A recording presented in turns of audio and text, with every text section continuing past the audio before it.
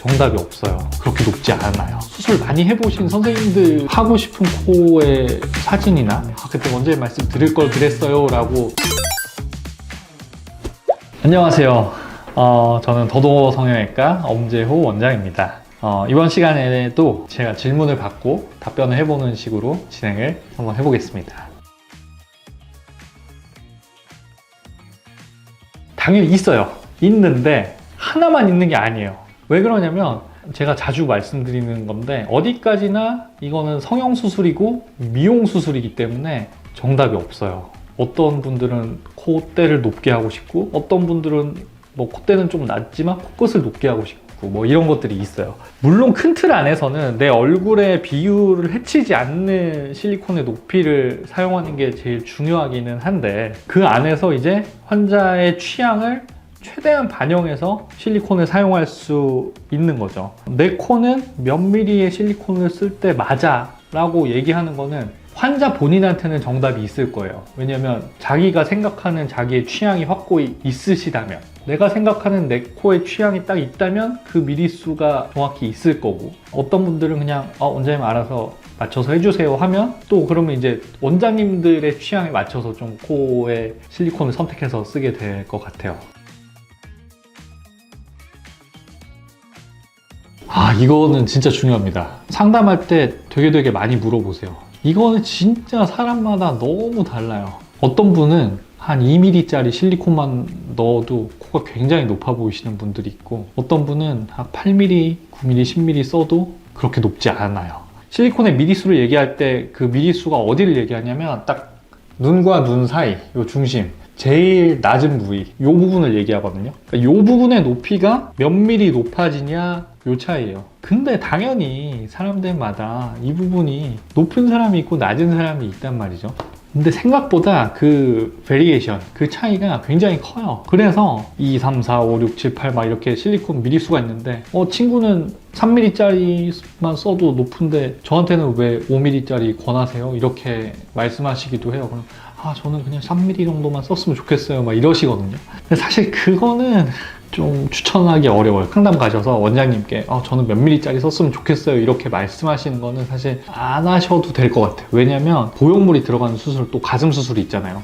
가슴 수술 같은 경우는 보형물 사이즈에 따라서 커지고 작아지고 이게 어느 정도 좀 명확히 있는 것 같아요. 근데 코 같은 경우는 지금 1mm 단위잖아요. 사실 저희가 쓰는 거는 0.5mm 단위로 쓰거든요. 이 0.5mm 단위에 따라서 느낌 차이가 확실히 있는데 수술 많이 해보신 선생님들이 훨씬 더 정확하게 아실 거예요. 그래서 사실 그게 환자분들이 와닿게 아시기는 조금 어려울 거예요. 오히려 저는 추천드리는 게 하고 싶은 코의 사진이나 콧대를 높게 하고 싶다든지 뭐 이런 느낌을 좀 말씀드려서 거기에 맞는 실리콘을 추천을 받는 게 더 좋으실 것 같아요. 단순히 이게 높이 문제만 있는 게 아니고 실리콘의 모양도 굉장히 다양하고 이제 선생님들이 나온 실리콘을 그냥 띡 넣는 게 아니라 다 그걸 또 깎아서 코에 맞게 카빙해서 쓰거든요. 왜 이런 말씀 드리냐면 제 환자분들 중에도 저는 4mm 이상은 절대 안 썼으면 좋겠어요 이렇게 말씀하시는 분들이 있거든요. 근데 환자분은 한 5mm는 써야 제가 볼 때 모양이 괜찮을 것 같아요 라고 얘기를 해도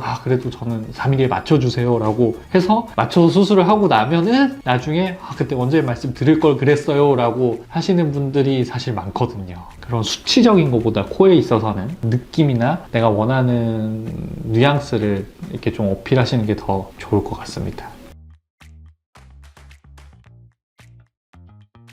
이 부작용을 뭘로 보냐에 따라 좀 다를 것 같은데요. 일부는 사실이에요. 원래 코에 비해서 높은 실리콘을 쓸수록 변화폭이 크다는 뜻이겠죠. 비대칭의 문제라든지 아니면 틀어짐의 문제 같은 게 아무래도 조금 더 생기기가 쉬워요. 내 코에 맞게 핏하게 실리콘을 넣어도 실리콘이 자리를 잡으면서 약간씩 움직여지거든요. 이 움직여지는 양이 실리콘이 높을수록 적게 움직여도 그게 잘 보일 수 있겠죠. 그런 문제가 하나 있을 수 있고, 또 한 가지는 많이 높게 할수록 내 피부 입장에서는 훨씬 더 타이트해질 거예요. 피부가 타이트해질수록 콧대에 실리콘이 비쳐 보이는 확률이 조금 높아질 거고, 피부가 얇으신 분일수록 혹은 피부의 여유 공간이 적은 분일수록 좀 그런 리스크가 좀 더 증가할 것 같아요. 근데 실리콘을 높게 쓴다고 염증이 잘 생기냐 이거를 물어보신다면 저는 그거는 꼭 맞지는 않는 것 같아요. 크게 두 가지 타입으로 나눠 보자면 미간 쪽이 높고 앞으로 갈수록 좀 낮아지는 느낌의 실리콘이 있고, 반대로 미간이 낮고 내려올수록 높아지는 실리콘도 있어요. 그런 게 필요한 경우도 있거든요. 보통 그냥 크게 나눠서 생각하면 그런 두 가지 타입인 것 같고, 물론 그 안에서도 이제 굉장히 여러 타입으로 세분화해서 우리는 사용하고 있는데, 여기가 중간 정도의 높이고 밑에가 좀 많이 높고 뭐 이런 것도 있고, 이렇게 커브 모양도 다양합니다. 근데도 그렇게 많은 종류가 있어도 다 그걸 또 깎아서 쓰게 돼요. 코 모양에 다 딱 맞지가 않거든요. 미리수를 얘기할 때는 미간의 높이라고 생각하시는 게 일반적인 거고요. 예를 들면 이런 경우가 조금 애매해요. 어떤 분들은 미간이 굉장히 높은데 코끝이 낮아요. 그런 분들은 코끝은 좀 많이 높이고 상대적으로 미간은 좀 덜 높이게 될 거예요. 그러면 환자분들한테 제가 실리콘 높이는 좀 낮게 쓸 거예요 라고 얘기를 하게 되겠죠. 왜냐면 미간은 많이 안 높이니까. 그러면은 그럼 코가 너무 낮은 거 아니에요 라고 인식할 수가 있어요. 근데 좀 전에 얘기 드린 것처럼 여기는 낮고 밑으로 내려올수록 좀 높아지는 타입의 실리콘을 쓰기 때문에 딱 실리콘의 미리수가 내 코가 얼마나 높아졌냐 라고 생각하는 것도 조금은 다를 수 있습니다.